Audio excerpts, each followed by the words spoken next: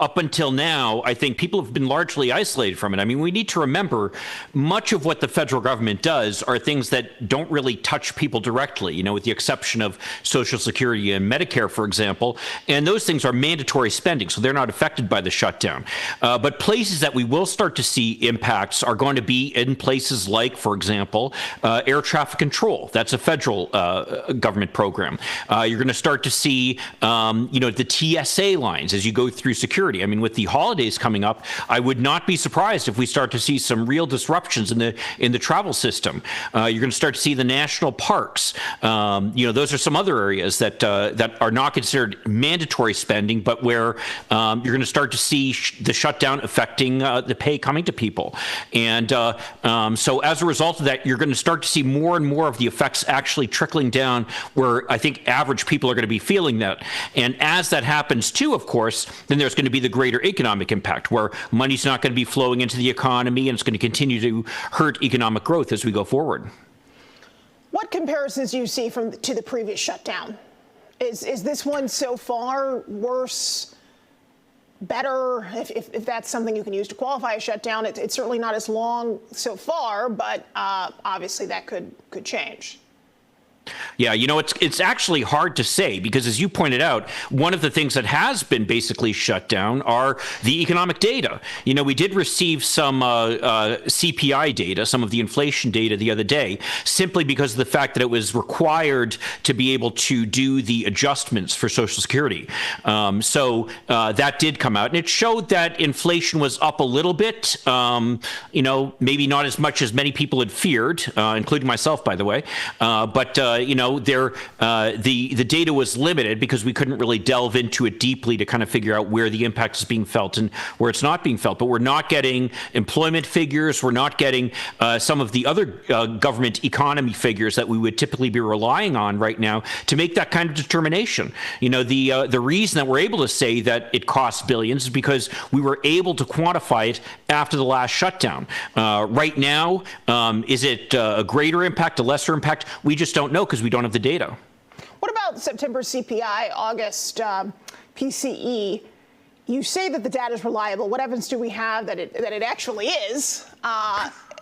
That's the issue.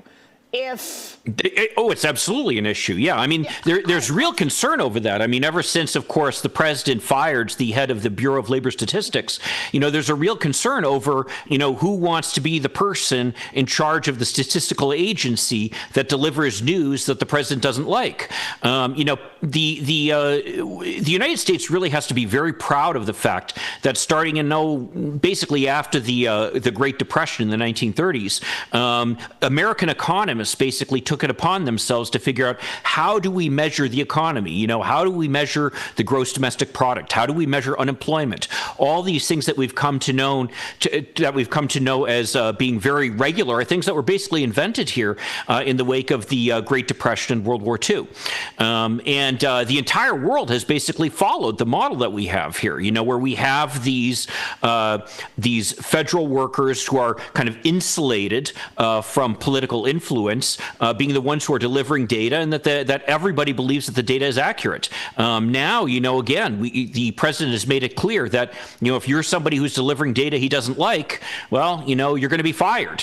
And I got to tell you, if I were the person in charge of delivering the inflation data, the consumer inflation data, I would be very hesitant to be delivering news that the president would not be happy with. Well, and the thing that I was going to say specifically about the August PCE and the September CPI is that happened, that data was collected, no matter what you think about the Bureau of Labor Statistics, prior to the shutdown. Anything post-October 1st is going to be less reliable. So is there any way at all that lay people like us can interpret the data in a way that has some degree of confidence? Is there anything that we can look to that might indicate that data is legitimate? I mean, as far as I'm concerned, and as far as we can see, there appear to be no guarantees that it is.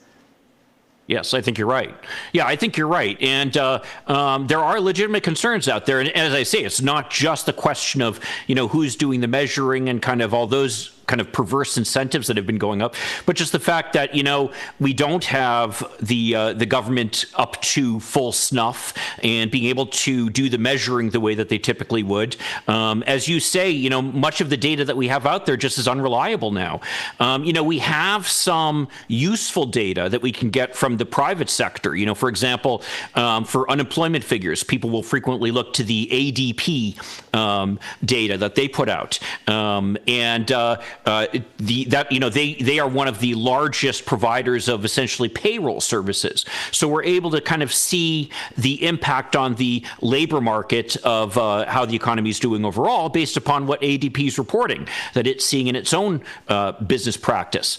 But that is, something that has been determined to be useful, but not obviously as accurate as we typically see with the government data. And those data seem to be indicating that there's a real kind of slowdown in hiring, that people are really kind of holding on to their jobs for fear of what happens if they lose their jobs. The job market really seems to have slowed down almost to a glacial pace, and that wage increases that people had been enjoying kind of in the wake of COVID, as we were bouncing back from that those basically have disappeared at this point. So let's look to the most recent data that we know that we can trust, which would be August PCE, which is the headline data that we know the Federal Reserve is going to be looking at the most, and then core PCE. Both of those figures were up 2.7% and 2.9% respectively. Yep. So, but that's kind of old data. Is there anything that you can take from that reliable data that the Fed's looking at to see what might happen with interest rates? And can the Fed do anything, do you believe, to stem the tide as this government shutdown continues? Well, in terms of impacting the government shutdown, the Fed has very little involvement in that, obviously. I think that they would like to cut rates at this point. They seem to be giving every indication that that's the direction they're going. Probably just a quarter point, because that's as much as it seems there's more or less consensus on. But there have been some members of the Fed Board of Governors who've been raising the prospect that, maybe it's not the time to be cutting interest rates because we are still kind of struggling with inflation. But again, we're kind of limited right now. There is this concern over the job market. There is this concern over the overall economy as a result of the shutdown and some of the other economic indicators that we've been seeing. But again, the Fed is kind of flying blind a little bit on that. Are they concerned about the economy? Do they think that cutting interest rates is a good idea right now? Probably, but they don't have a lot of the data that they would typically rely upon to make that determination with some kind of real certainty. Yeah, is it fair, though, to say that the Federal Reserve doesn't have some leverage here? I mean, to me, they do. They do, one, through their policy on rates. They do through their balance sheet policy, because quantitative tightening or quantitative easing, which could have some effect. And then there's also repo powers that people forget about. If there were a liquidity crisis, the Federal Reserve, independent of the government, which is not at all subject to congressional oversight, could potentially affect the supply of money in our economy, which theoretically could save us from a crisis. I'm not saying they should. I'm saying that they could. Do you think that that the Fed would ever take such extreme measures, say a repo operation for liquidity's sake? Well, I think that they'd really be waiting to see some type of crisis happen before they took that step. Because you have to remember, I mean, the Fed, they take their mandate very seriously. They view the economy overall as their purview. They try to stay out of politics to the fullest extent that they're capable of. And they really have this dual mandate of, number one, worrying about inflation, number two, worrying about the unemployment rate. And, they're hampered in that effort because, of course, they can't really see the unemployment figures. But to really step in and do something aggressive like that could potentially, drive up inflation, which to them would be viewed as a real policy failure on their part. So I think that they'll tend to be cautious. They've always tended to be cautious. And barring some sort of real catastrophic occurrence, I would be very surprised to see them take some kind of step like that. What about the effect on our debt? We were very close to $37 trillion the last time that I looked. And, the issue is that when you have a government shutdown, you're not only pausing paying back the people who have lent you money, but you're also pausing your payments on the service, the debt service that we have. So we're not even paying our interest. That means that we're racking up bills. So what effect do you think this will have on our nearly $37 trillion deficit here in America? Oh, it's going to go up. And actually, I think the latest figures I saw were that we're up over $37 trillion now. So, so it is increasing rapidly. And it's only going to continue to increase rapidly. And here's kind of one of the big surprises I think that a lot of people have when we talk about shutdowns is that they think somehow we're saving money. Shutdowns actually cost more money than they save, for the simple fact that, as you point out, number one, we're incurring all these bills that are simply going to come due once the government opens back up. But also, there's a cost in kind of restarting the government. This is a huge organization that employs millions of people. And to be able to restart it involves this whole process of kind of going through and getting programs going again that might have been stalled for some time, and kind of assessing where we're at and then determining how to get to where we need to be. That actually costs quite a bit of money. And it was found that the recovering from the last shutdown actually cost the government billions more than it would have cost them just to keep operating over time. So is this going to impact the debt negatively? Absolutely. I think that we've shown that we're on a very negative track at this point, and that this is only something that just reinforces that track that we're on. What about GDP? The effect on gross domestic product could also be pretty profound. What do you see there? Well, definitely. I mean, I think that the estimates that we've seen for the last shutdown were something like $11 billion in impact on the GDP that we lost as a result of the shutdown. I think it was somewhere in the vicinity of about 0.1 percentage point per week, I think is what I'd seen. And so there is a measurable impact that comes, and I think that we're going to see that. And it's purely based on the fact that, the government at this point is a very, very large player in our economy. They are spending money on purchasing services. They're spending money on paying people. They're spending money on, as you say, paying off the debt. And to the extent that those things are stalls, then that just means more money that isn't coming into our economy. That's more money that isn't available then for people to be able to go to stores, go to restaurants. And you know how this money gets spread around. In fact, they even have a name for it. They call it the multiplier effect, that when government spends, it actually creates so much more economic activity that it creates a multiplier effect, actually creates more money than it would cost. So the fact that this is not happening is definitely something that's going to have an impact on GDP.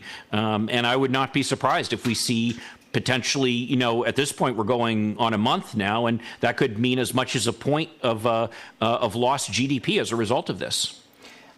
The previous quarter three, we saw GDP grow about 2.1%. There's some analysis of GDP that maybe that's not necessarily consumer spending and business investment, but perhaps could be more like restocking, inventory coming in, and whether or not the gross domestic product is an actual reflection of how large our economy and how productive it really is a kind of a perennial question, especially because we have the compounding factors, or as you've said, the multiplying factors of the tariffs. And the tariff policy continues to be somewhat in flux. So let's talk about what you think this trip to Asia might mean, what kind of conversations with China need to happen, and which direction our tariff policy should take with China in the midst of a government shutdown. Once the government opens back up, which hopefully is soon, that whatever policy is agreed upon will be extant post-shutdown. So how do you see those negotiations working out? Well, I'll tell you, I mean, I think China right now is feeling very strong. I think that they're really feeling that they're in the driver's seat right now. And they're frankly looking at the United States in the way that we've been operating, for example, with these tariffs, and frankly, really alienating a lot of people who had been either allies of ours or were kind of on the fence and a lot of them are turning to China when, frankly, they could be turning to the United States instead. But the part of the problem that you're pointing to here, and you're absolutely right about this, is just the uncertainty that comes up here. I mean, we just saw a situation happen where Canada, one of our largest trading partners, one of our closest allies throughout history, because they put up an ad, one of the provinces, not even the federal government, but one of the provinces put up an ad that quoted Ronald Reagan actually talking about tariffs, that all of a sudden the president turns around and slaps another 10% tariff on goods from Canada. When you're operating in that kind of environment where things are constantly changing, things are constantly in flux, and frankly, completely at the whim of the president, you don't know what's going to happen. Do I think that there's something China could do to maybe curry the favor and bring the United States back in? I think, frankly, at this point, the president would like to find an off-ramp to his battle with China. I think that he's realizing, as things have been going on, that China actually is a huge economic player, and that the idea that they have more to lose from us than we have to lose from them really is kind of a misperception. And so I think at this point, he'd be looking for some type of agreement that he can find with China, and they're going to be probably looking to give him some kind of, I guess you could say, some kind of offering that he can use as cover for his decision to go back and reduce his trade war that he's got going with them. But again, so much is based on this uncertainty and these whims that are constantly changing. In my experience, and as you know, I mean, I have quite a bit of experience working in government at all levels. This is not a good way to make policy. One thing that I think the president has been correctly lauded for is taking some sort of position on rare earth minerals. We've been ignoring the rare earth minerals issue for a very long time. Some of the estimates are that China mines 70% of rare earth minerals in the world and may process up to 90%. By controlling that, they also control the manufacturing of everything tied to rare earth minerals that are important for really anything we do in terms of innovation. You could make an argument, and I think a pretty reasonable and cogent one, that by negotiating some sort of deal that allows that balance of power to at least tip more in our favor could literally be transformative for the economy. The question is, what are we willing to give up, and what is the potential price of pushing tariffs so far to try to, again, get some benefit on the rare earth mineral side that we end up hurting ourselves? What sort of balance should be established? Well, you actually point out a very serious issue here, which is the rare earth minerals issue. And I agree with everything that you're saying. In fact, if anything, I think the president's correct in pointing to this as a problem. The problem here, though, is that we're kind of conflating two different things here. Yes, he's going to try to negotiate with the Chinese and try to deal with tariffs and rare earth minerals, but there's still that national security implication of the fact that the Chinese basically control the supply of rare earth minerals to the entire world, which is not a minor thing. I mean, we're talking about things that are essential in transistors and batteries and photovoltaic cells, pretty much in everything that at this point. Electric vehicles. Oh, absolutely. Yeah. Everything that's powering our information age right now requires these rare earth minerals. And if we're in a situation where China feels comfortable that they can kind of turn off the spigot at any time, and we don't really have an alternative there, then that is something that I think is a legitimate national security concern. Would I like to see the United States maybe developing alternative avenues for getting some of these rare earth minerals? I would. Do I think that's starting to happen? That is starting to happen. We're a long way off from that, though. But in terms of thinking that we're going to come with some kind of agreement in this negotiation that's going to result in, really assurances that we'll continue to have these rare earth minerals under all circumstances, I just don't see that happening because, unfortunately, the precedent that's been created right now is that we can change trade policy at any time, given whatever we want and under any circumstances, despite what any agreements may say. And based upon that, the Chinese could say at any point, hey, we're not going to provide the United States with rare earth minerals anymore. And all of a sudden, we find ourselves in a real quagmire. So I think the big picture here is that the United States needs to be looking for alternative sources. And I think that there are some in Africa, there are some in other parts of the world. But again, there it's relying on the fact that the United States then needs to engage in diplomacy to really be establishing these positive relationships with these countries, when in a lot of cases, actually what we're doing by our behavior is we're driving a lot of these countries into the arms of China even further. If you look at the data from April of this year, it appears that, according to Chinese customs, so who knows if you can completely trust the data, but let's just use it as a benchmark, that exports to the United States of rare earth minerals fell 58%. That's over half, far over half, almost 60%. And 7 rare earth minerals had restrictions placed on them. This has, again, an effect on literally every big tech company that's working, mini auto manufacturers, any battery manufacturers, wind turbine manufacturers. Such a huge part of our economy. The effect on the economy literally could be tabulated into the trillions. Absolutely. The estimated effect of tariffs, though, on China, while it potentially could have an effect to the trillions, literally the rare earth minerals theoretically could be a more serious economic issue for the United States compared to some very stringent tariff policy, even if an intense trade war ensues. So perhaps the issue isn't conflation, as you suggest, but that one can be leveraged for the other. And the question, to clarify, is which one is the most important to focus on? If we can be certain that the economic effect long-term exceeds trillions of dollars and would be systemic and the effects, the tentacles into our economy, more profound, arguably, than a stringent, draconian tariff policy with China.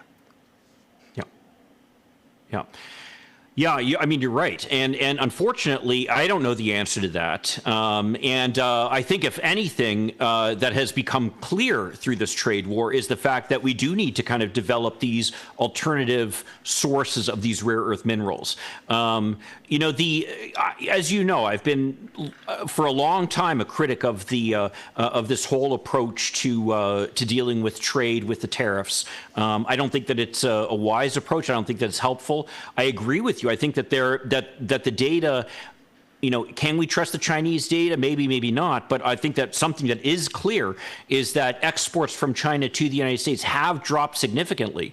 And it's been something, frankly, that's affected the pocketbooks of Americans, as well as also the business's ability to be able to be productive. Because as you point out, I mean, these rare earth minerals now, when we talk about them being critical to the information economy, cars at this point, most manufactured goods at this point are basically computers. Cars are basically computers on wheels now, the way that they're manufactured. So the fact that these could be restricted is something that I think is, as you point out, something that's really a genuine national security threat to us. And that's why I'm saying I think that the catbird seat, because they're realizing that they've pretty much yanked the chain of the Americans pretty firmly, and I think that it's becoming clear that that we actually need them more than they need us right now, and it's kind of put us in an awkward situation as we're going into this type of negotiation. As is always the case, the geopolitical implications of any conversation that the United States is having with China, it has far-reaching implications, namely with the war in Ukraine and Russia and failed sanctions that don't seem to have a significant enough impact, certainly not to stop Putin from continuing on with the war. But you have to imagine that President Trump is going to take up the issue of oil. China continues to be one of the largest purchasers of Chinese oil to the tune of 2 billion barrels. I think it's 2 million barrels per day, with an M, 2 million barrels per day. Yep. And there is a pipeline from eastern Siberia that basically goes through the Pacific Ocean to China. That pipeline is still operational. If you don't shut down these 2 million barrels that China is taking in per day, there's no way for Western sanctions to have any effect on the Russian economy, because it is an oil economy. Yes. What stance should the United States take specifically on China purchasing Russian oil? And where would you rank it in terms of priorities in economic policy between the United States and China? All right. Well, there are a couple answers to that question, I think. Number one, I do actually have to give the president credit for the fact that he has imposed some pretty stringent sanctions on the Russian oil producers at this point, which I think is a positive and needed step. And from what I'm seeing, actually, it appears that this is kind of forcing the Indians, who are the other big purchaser of Russian oil, to think twice about their purchases of Russian oil and kind of move away from it. Now, in terms of the negotiation, though, between the Chinese and the Americans at this juncture, I'll be frank with you, I don't think that there's much potential that we're going to be able to drive a wedge between the Chinese and the Russians, simply because at this point, I think I think that the Chinese are viewing the Russians actually as the junior partner in this relationship right now, and that they actually are appreciating the fact that they essentially are getting what once was this powerful state essentially becoming a vassal state of theirs.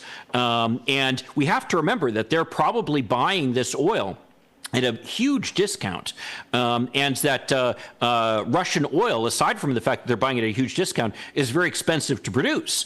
It's not like in the Middle East where you're just able to drill down and the oil flows out of the ground. So as a result of that, I think that in terms of priorities here, that's probably going to be relatively low on the list of priorities.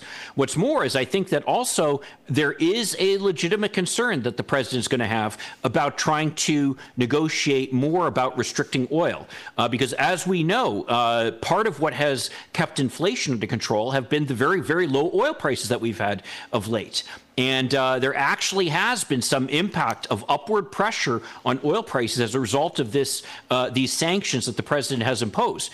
They're still only starting to be felt at the pump, but the fact that that the more those are restricted, the more that could also cause pain here in the United States is something that I think is going to kind of make the president kind of take a double take. So my guess is that's not going to be a huge priority for him. I think that what he'd like to do is come away with some type of, I guess you could call it a fig leaf, that he can use to say, oh, I got something from the Chinese, and be able to back away from this and get back into a situation where we don't have the huge tariffs essentially stymieing our trading relationship, and where the United States does have access to these rare earth minerals again. Yeah, it's all very valid. All right, we're coming to the end here. I want to ask you if you think there's something we're totally missing about this as we close out in the last 45 seconds here. Yeah, something that I think, and this is, I think that's kind of an important point here, which is that the United States really at this point economically, we're kind of developing into two economies, where you're seeing the wealthier people with higher incomes are still doing well, still spending as consumers, but everybody else is kind of struggling. And it'll be interesting to see the way this starts to play out over the next 12 months or so. All right. Well, thank you, Dr. Michael Greiner. We appreciate your insight on this, and we'll see what happens with the government shutdown. I suspect we'll probably be talking with you very soon if it doesn't come to a close here, hopefully quickly. Thank you very much. Thank you. All right, we'll see all the rest of you back here at 4:30 next week. Have a great evening.